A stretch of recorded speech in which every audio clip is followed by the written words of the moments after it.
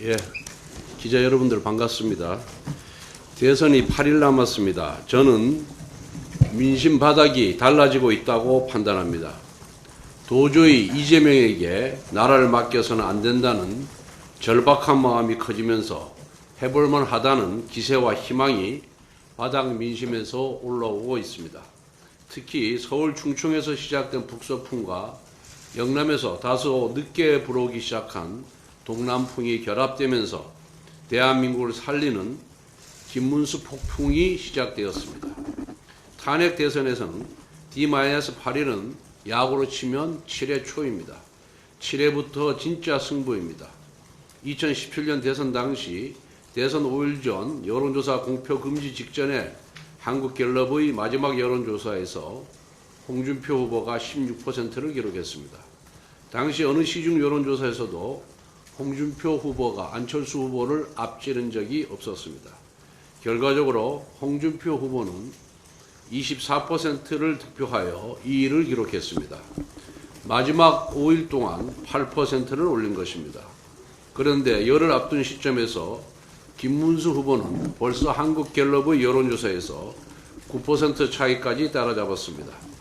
지금 여론조사상 수치보다 중요한 것은 우리 당원들과 지지들 사이에 해볼만 하다를 넘어 이길 수 있다는 자신감이 붙기 시작했다는 것입니다. 저희 107명의 국회의원들이 남은 8일 동안 정말 해볼 수 있는 것은 다 해보겠습니다. 유능하고 청렴한 김문수와 무능하고 거짓말 잘하는 이재명의 대결로 마지막까지 최선을 다해서 반드시 승리하겠습니다. 지난 한 주 동안 소위 호텔 경제학부터 시작해서 커피 원가 120원 발언, HMM 부산 이전 공약, 일산대교 무료화 실패 등 이재명 후보의 경제관과 거짓말을 둘러싼 여러 논란이 있었습니다. 전부 다 이재명 후보 본인의 비뚤어진 경제관에서 비롯된 것입니다. 그 중에서도 거북섬 유령 상권 문제는 사이비 호텔 경제학의 실패를 상징하는 실전 사례입니다. 그런데 틀렸다고 지적을 해주니까 겸허하게 인정하기는커녕 뻔뻔하게 뭐가 틀렸냐고 역정을 내면서 우리 당의 주진우 의원 등을 고발한다고 합니다. 객관적인 데이터를 갖고서 토론에 나서지 못할 망정 기껏 짜낸 대응 방안이 고소고발 입틀막입니까? 이런 후안무치한 고발을 강행한다면 국민의힘은 무고죄로 막고발하도록 하겠습니다. 민주당은 이재명 후보 단 한 사람을 위해 공직선거법상의 허위사실 유포죄를 폐지하는 법안을 발의했습니다. 그런데 상대 후보 측에는 허위사실 유포죄로 고발을 남발하고 있습니다. 도둑이 도둑질하지 말라고 훈계하는 것을 넘어 남에게 도둑질 누명까지 씌우는 꼴입니다. 최근 이재명 후보의 입에서 나오는 말 한마디가 능력과는 거리가 멀고 과연 이 인물이 상식적인 경제관을 갖고 있는지 의문을 갖게 하고 있습니다. 사이비 이론으로 국민을 현혹시키고 이를 비판하면 역정내고 고발하는 입틀막하는 지도자는 대한민국의 거북섬화를 가져올 뿐 국민을 잘 살게 할 수가 없습니다. 청렴하고 유능한 김문수 후보만이 민생과 경제를 안정시킬 수 있습니다. 아울러 어제 이재명 후보의 기자간담회가 있었습니다. 대통령이 되면 모든 에너지를 경제와 민생 회복에 두겠다라고 했습니다. 그런데 노쇼, 주도 성장을 주장하는 사람이 어떻게 경제를 살리겠습니까? 잘못된 이념에 경도된 정치인이 일을 열심히 하면 할수록 그 결과는 더 나빠질 뿐입니다.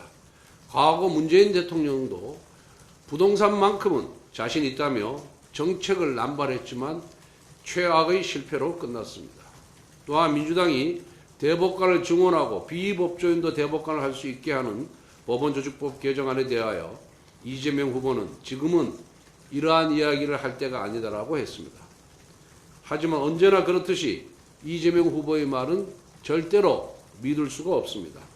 중도 보수를 한다면서 노란봉투법을 고집하고 반도체법 주 52시간제 예를 검토하겠다고 하면서 다시 말을 바꿨습니다. 주한미군을 점령군이라고 하면서 한미동맹을 강화하겠다고 합니다. 처음부터 끝까지 모순입니다. 이번에도 마찬가지입니다. 이미 민주당은 조희대 대법원장 탄핵과 특검, 사실상 사심제를 가능케 하는 법원조직법 개정안, 법 왜곡죄를 신설하는 형법 개정안을 발의하는 등 이미 사법부 장악을 시도하고 있습니다. 이재명 후보는 대통령에 당선되어도 곧바로 재판이 재개될 것이고 유죄 판결이 불가피합니다. 이러한 상황에서 이재명 후보가 비법조인 대법관과 같은 사법부 장악을 포기할 리가 없습니다. 김어준, 유수민 같은 사람이 대법관이 되면 이재명 후보가 바라는 대로 본인에 대한 범죄 혐의 자체가 모두 증발할 텐데 왜 포기를 하겠습니까? 지금 이재명 후보는 선거를 앞두고 잠시 발톱을 숨기고 있을 뿐입니다. 만에 하나 이재명 후보가 대통령이 되면 입법부, 행정부에 이어 사법부까지 3권 장악이 현실이 될 것입니다. 그렇게 이재명 후보의 낙선이야말로 민생과 법치를 수호하는 길입니다. 대한민국을 지키는 소중한 한 표를 국민 여러분께 간곡히 호소드립니다. 네, 질문 받겠습니다. 대표님, 그 민주당에서 그 비법조인 대법관 임명권을 철회하겠다는 입장을 어떻게? 글쎄 지금은 대선을 앞두고 있기 때문에 사법부 장악 기도라는 그런 비판을 피하기 위해서 처리하겠다고 밝히고 있습니다만은 이재명 후보가 말 바꾸기 한 적이 한두 번이 아닙니다. 아마 대선에서 당선되면은 또다시 시도할 것이라고 확신하고 있습니다. 다음. 대선 일주일 정도 남았는데 어떻게 좀 전략 세우고 있습니까? 일단은 뭐 자세한 거는 우리 총괄 선대본부장에게 묻는 것이 정확하겠습니다만은 저는 이재명과 대비되는 김문수라는 사람의 그런 아름다움과 상품성을 좀 더 부각할 필요가 있다 이렇게 생각을 하고 있습니다. 이재명과 김문수의 대결은 곧 경제 성장이냐, 경제 파탄이냐, 또 착함과 나쁨, 그리고 진실과 거짓, 그리고 자유와 독재의 대결이다 이렇게 생각하고 있습니다. 우리 당 지지자들이 승리에 대한 기대감을 갖고 투표장에 나오도록 전력을 다해야 한다 이렇게 생각을 하고 있고요. 뭐 다 아시다시피 우리 당의 대선 후보 경선이 굉장히 치열했습니다.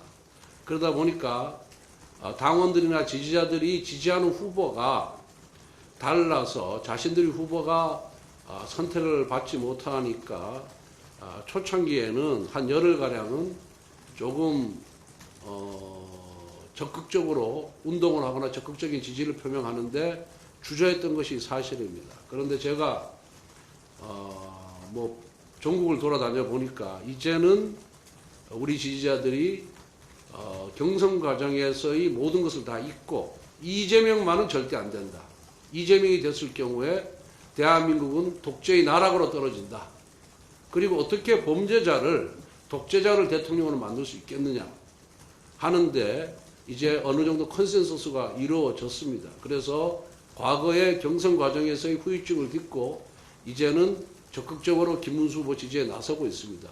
이것이 8일 남은 선거일까지 저는 더 가속화될 것이다 이렇게 믿고 있고, 그러한 차원에서 우리 당 내부의 생각의 차이는 접어두고 모두가 하나가 돼서 김문수 후보를 띄우고 김문수 후보가 스포트라이트를 받을 수 있도록 선거운동에 최선을 다한다면은 저는 역전이 충분하다 이렇게 확신하고 있습니다.